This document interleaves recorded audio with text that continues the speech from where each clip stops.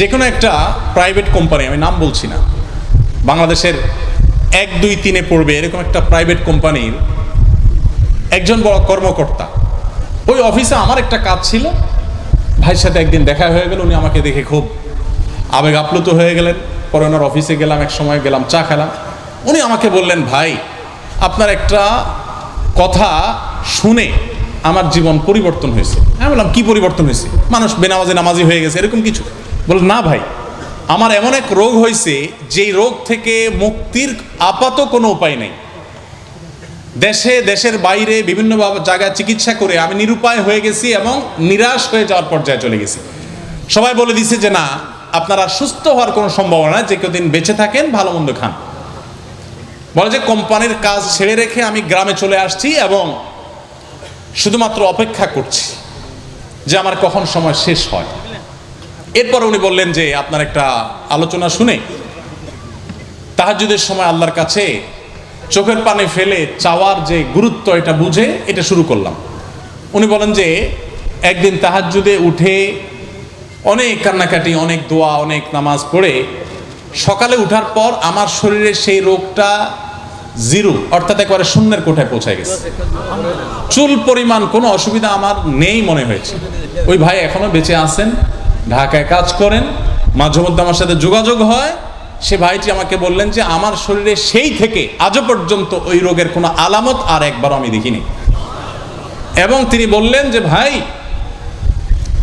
আমি যে কোম্পানি ছেড়ে আমি গ্রামে চলে গেছিলাম, আবার সেই কোম্পানিতে এসে আমি কাজ করছি, আল্লাহ আমাকে সুস্থ করে দিয়েছে।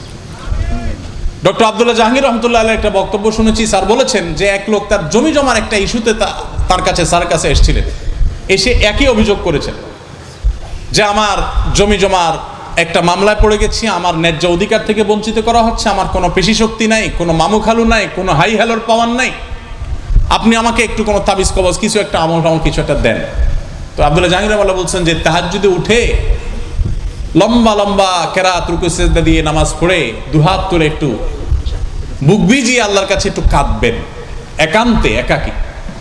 তো লোকটা সে আমল করেছেন। অনেকদিন পর স্যার বলেছেন, স্যারের বক্তব্য আমি শুনেছি, স্যার বলেছেন যে ওই লোকটা এসে বলেছে যে স্যার, আমি আল্লাহর কুদরত দেখতে পেয়েছি, আল্লাহ অলৌকিকভাবে আমাকে সে সাহায্য করেছে। তো যে ভাই প্রশ্ন করেছেন, আমি তাকে বলতে চাই, কিছু কিছু সময়ের দোয়া আল্লাহ ফিরিয়ে দেন না। চাওয়াটা চাওয়ার মতো হতে হয়, হালাল উপার্জন করতে হয়, হারাম বক্ষণকারী দোয়া কবুল হয় না। আপনি ভোর রাতে উঠে ওযু করে সুন্দর করে 2 রাকাত করে লম্বা সময় নিয়ে আস্তে আস্তে ধীরে ধীরে 2 রাকাত, 4 রাকাত, 6 রাকাত, 8 রাকাত যতটুকু পারেন তাহাজ্জুদ পড়েন। এরপরে দুহাত তুলে আল্লাহর কাছে মন ভরে একটু কাঁদেন, একটু চোখের পানি ফেলেন, সিজদা লুটিয়ে পড়েন এবং কাঁদতে থাকেন। আল্লাহর শপথ, আমি নিজেও এই তাহাজ্জুদের দোয়ার সরাসরি এফেক্ট আমার জীবনে বহুবার দেখার সুযোগ হয়েছে। কিছু কিছু সময়ের দোয়া ফেরত দেওয়া হয় না। আরাফাতের ময়দানের দোয়া, কাবার চত্বরে তওয়াফ করতে করতে দোয়া, মানে এটা আমার নিজস্ব অভিজ্ঞতার কথা বলছি। এরপরে ভোর রাতে তাহাজ্জুদের সময় দোয়া, 5 ওয়াক্ত সালাতের পর আপনার কোনো চাওয়া থাকলে আপনি চাইতে পারেন।